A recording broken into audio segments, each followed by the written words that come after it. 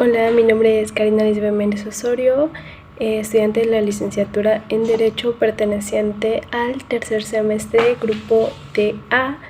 Bueno, en esta actividad yo les voy a platicar un poco de lo que es el tema de la aceptación y de la repudiación de la herencia, que este tema lo podemos encontrar en el libro tercero del Código Civil de Tabasco, en el libro tercero, título quinto, capítulo cuarto.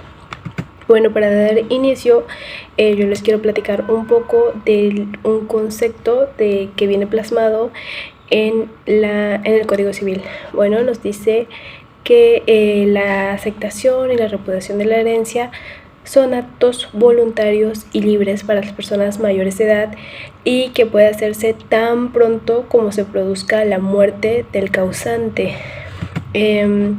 Asimismo, el código establece que existen dos formas para aceptar o repudiar la herencia, que es la forma tácita y la forma expresa.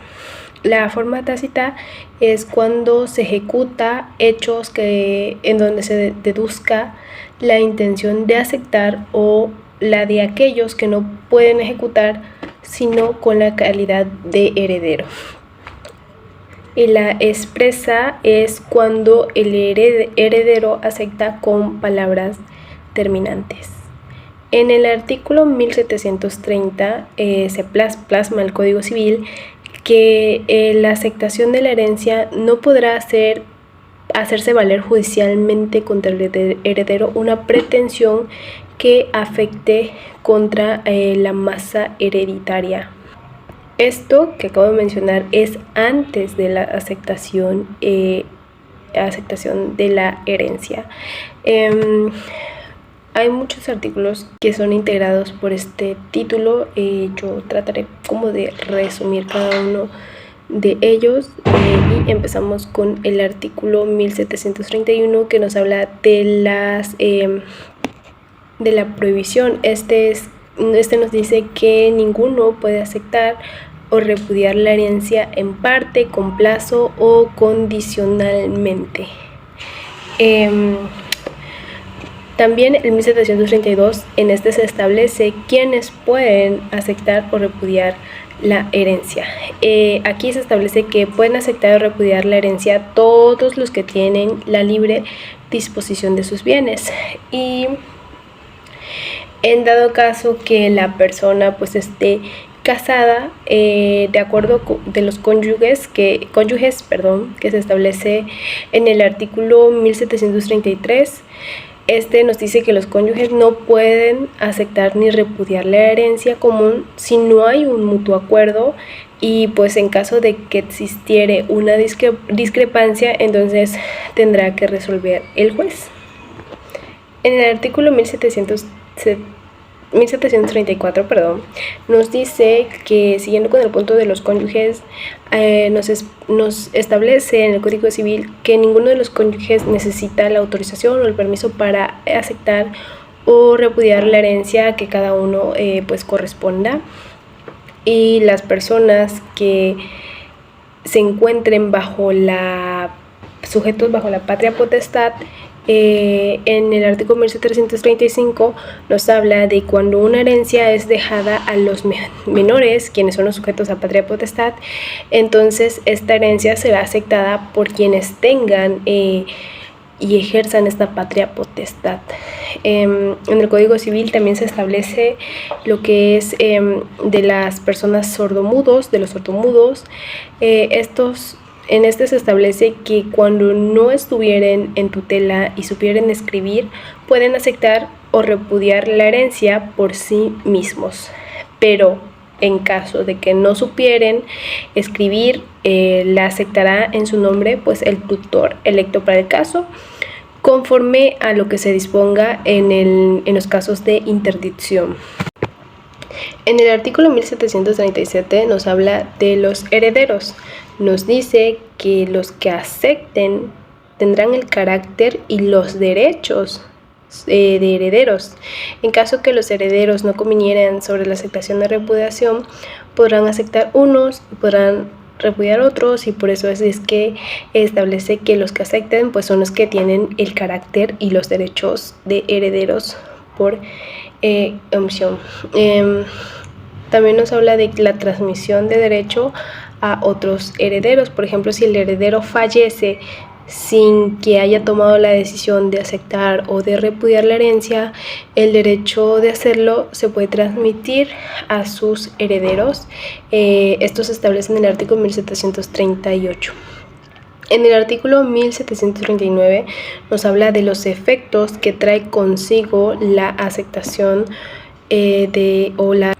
o la repudiación de la herencia, y es que nos hable que aquí se retrotraen siempre a la fecha de la muerte de la persona a quien se hereda. Y en lo que conlleva a la forma de repudiación, nos dice que esta debe ser expresa y debe hacerse por escrito ante el juez o por otro medio fehaciente cuando el heredero pues no se encuentre en el lugar del juicio. En el artículo 1741 se establece cuándo se puede reclamar los legados, y en este se dice que la repudiación no priva al que la hace, sino es albacea del derecho de reclamar los legados que se le hubieran dejado. En el siguiente artículo, que es el 1742, nos habla de la pérdida del derecho de suceder por intestado. Aquí se establece que el heredero que fue nombrado en testamento y que al mismo tiempo tenga un derecho de heredar por intestado, el caso en que repudie como heredero testamentario, pierde también el derecho de suceder por intestado. En lo que respecta a la aceptación de quien repudia, en el artículo 1743 nos dice que el que repudia el derecho de suceder por intestado sin tener noticia de su título testamentario puede, en virtud de este, aceptar la herencia. Y también se puede renunciar por persona viva. Bueno, no es que se pueda, pero el Código Civil lo menciona, que ya el 1744 nos dice que ninguno puede renunciar a la sucesión de persona viva ni enajenar los derechos que eventualmente pueda tener a su herencia. En el artículo 1745, como dijimos en el principio, para que haga efecto la aceptación, la repudiación de la herencia, tiene que haber una muerte del causante. Y en el artículo 1745 lo establece, que es necesario la muerte del autor de la sucesión, ya que nadie puede aceptar ni repudiar sin estar cierto de la muerte del autor de la sucesión. También se puede renunciar por herencia. Bueno, se puede haber una renuncia a la herencia condicionada.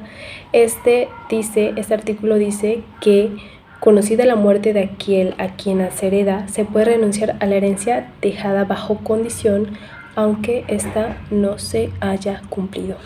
Y en el artículo 1747 nos habla de los representantes de sociedades. Aquí nos dice que los legítimos representantes de las sociedades y corporaciones que son capaces de adquirir y que no persigan fines lucrativos, pues deben aceptar la herencia. Aquellas que se dejaren más que para repudiarla, necesitan una aprobación judicial.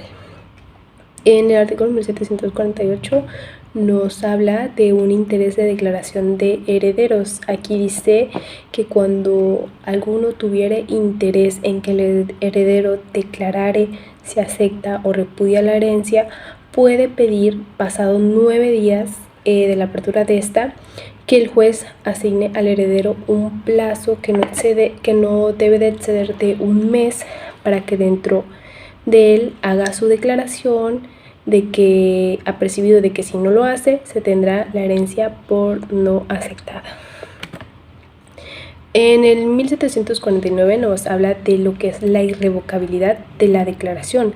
Aquí nos dice que la aceptación y la repudiación, una vez hechas, son irrevocables y no pueden ser impugnadas sino en los casos en el que haya existido dolo o violencia.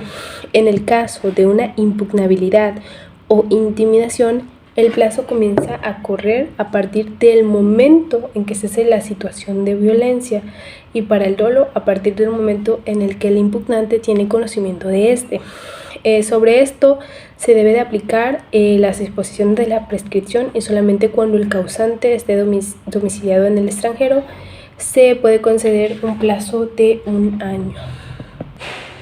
En el artículo 1750 nos habla de la modificación de calidad y la cantidad de la herencia. Aquí nos dice que el heredero puede revocar la aceptación o la repudiación cuando por un testamento desconocido al tiempo de hacerla se altera la calidad o la cantidad de heredero. O sea que hay una pequeña alteración ahí. Y en el artículo 1751 nos habla del pago de créditos por quien repudió la herencia. Aquí nos dice que si el heredero revoca la aceptación, tiene que devolver todo lo que percibe o percibió de la herencia, observándose respecto de los frutos las reglas relativas a los poseedores de buena fe o mala fe, según haya sido la del heredero.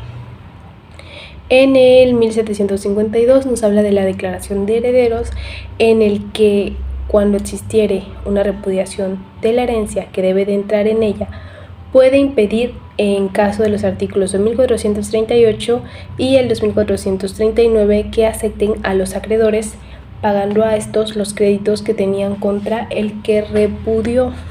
Y en el 1753 nos habla de la aclaración.